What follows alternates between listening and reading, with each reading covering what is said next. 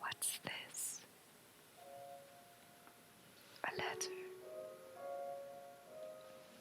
I wonder. Could it be the tragic, true story I've been waiting to read?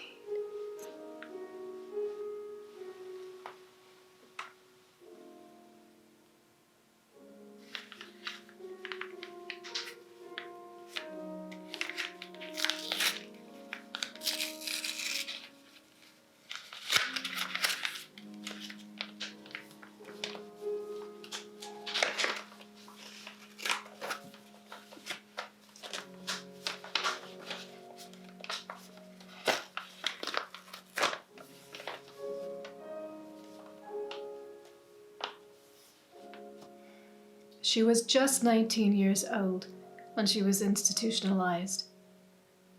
She was not a criminal, nor was she mad. Her only crime was being pregnant and unwed. Her lover had been much older than her. She was innocent and inexperienced. He did not have the excuse of youth nor naivety for his actions. He had seduced her, I love you convincing her that he loved her, so much. that they would elope and marry. But one day, she found her letters unanswered, and no answer at his door. He never said goodbye. At first, she had believed he would come for her, save her from that wretched place. But he never came. And eventually she lost all hope, along with her mind. The day they brought her there, the sky had been a dark and foreboding gray, threatening to rain at any moment. She had stared out the window of the car, willing it to rain. She didn't want to weep alone. Her father had not said a word to her since the day she had spilled her secrets. He never looked her in the eye and tensed whenever she reached out to him or spoke his name. After a while, she stopped trying. Her mother had called her a whore and slapped her hard in the face. They had tried to have one of the backstreet doctors solve their problems, but she had only revealed her affliction when the bump had grown too large to conceal. And by then, it was too late. She had been glad. She loved the life growing inside her. It was all she had left of her lover, and of the time in her life when she had finally felt true happiness. It would belong to her, and she it. She would run away to somewhere they did not know her. She would invent a name and a dead husband. They would not have much, but they would have each other. By the time she saw the institution coming into view and realized what was happening, it was too late to escape. She had kicked and screamed, and even bit one of the men in the white uniforms who had dragged her from her father's car. But they were so strong, and they stabbed her with something which filled her head with fog. She had screamed at her father for help, but he never turned around. The last thing she had seen before everything went black was his car driving away.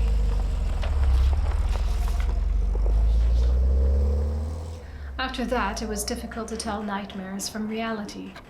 Her room was small and dark. There were bars on the tiny grubby window, from which she could see the lush green of the world outside those walls. Inside, everything was gray. Gray paint peeled from the walls and fell in large clumps like scabs.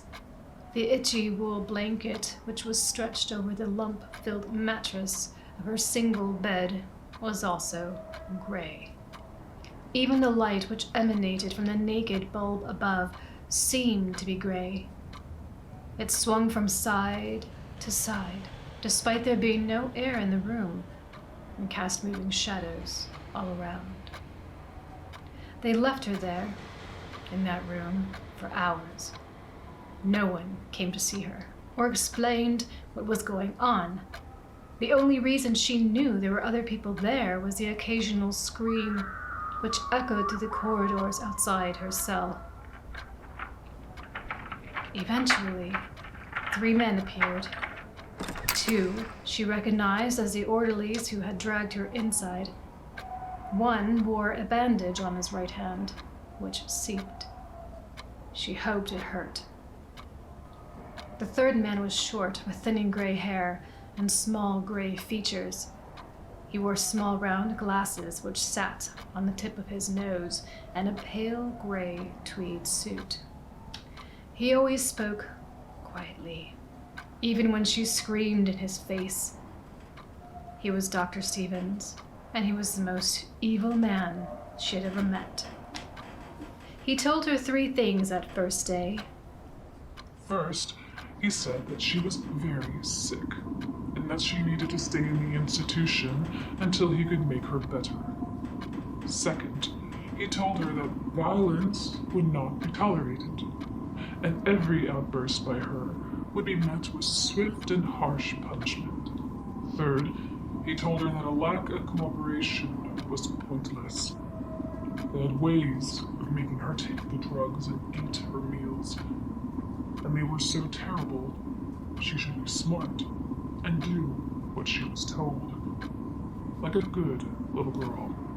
She spat in his face.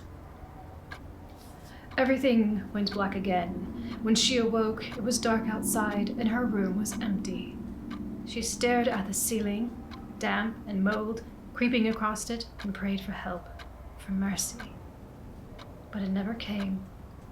The next few weeks were a repetitive cycle of treatments, bland food, restless sleep, and punishments for her defiance and attempts at escape. Ice baths in the morning, breakfast of cold porridge and bread.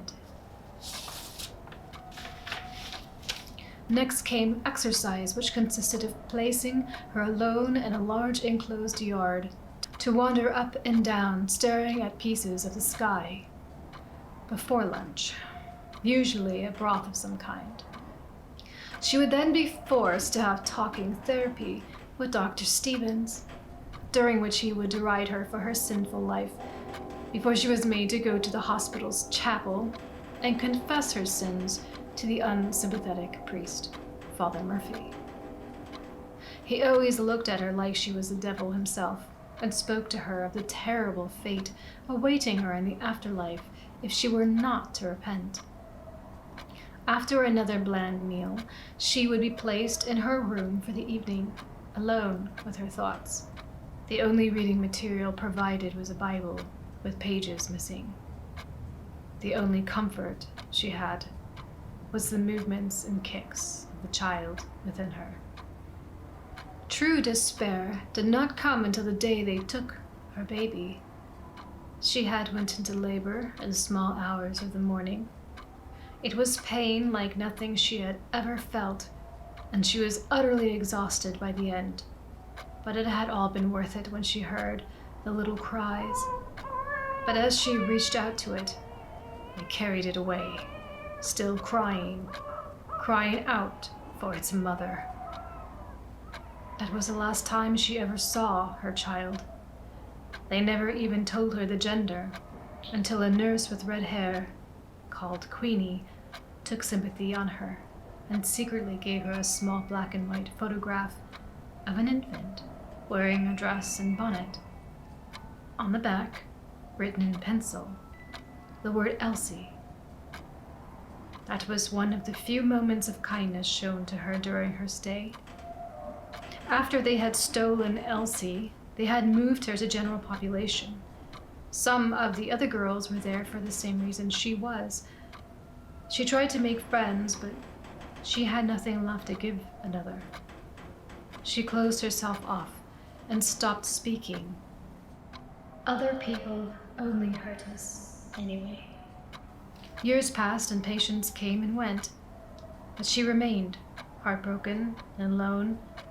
Eventually, even the staff changed, and new managers and doctors brought new treatment and therapies, but nothing can heal wounds that deep. When they found her stiff and cold in her bed, the other patients said she had died of a broken heart. Inside her hand, they found a worn-out black and white photograph of a child whose they do not know. Everyone was glad to see the place closed. They had tried to sell it, and during the property boom, a few property developers had even viewed it, contemplating turning it into flats. But there was something off-putting about the place, a vibe which left everyone who stepped foot inside feeling unnerved. Eventually it decayed and began to crumble.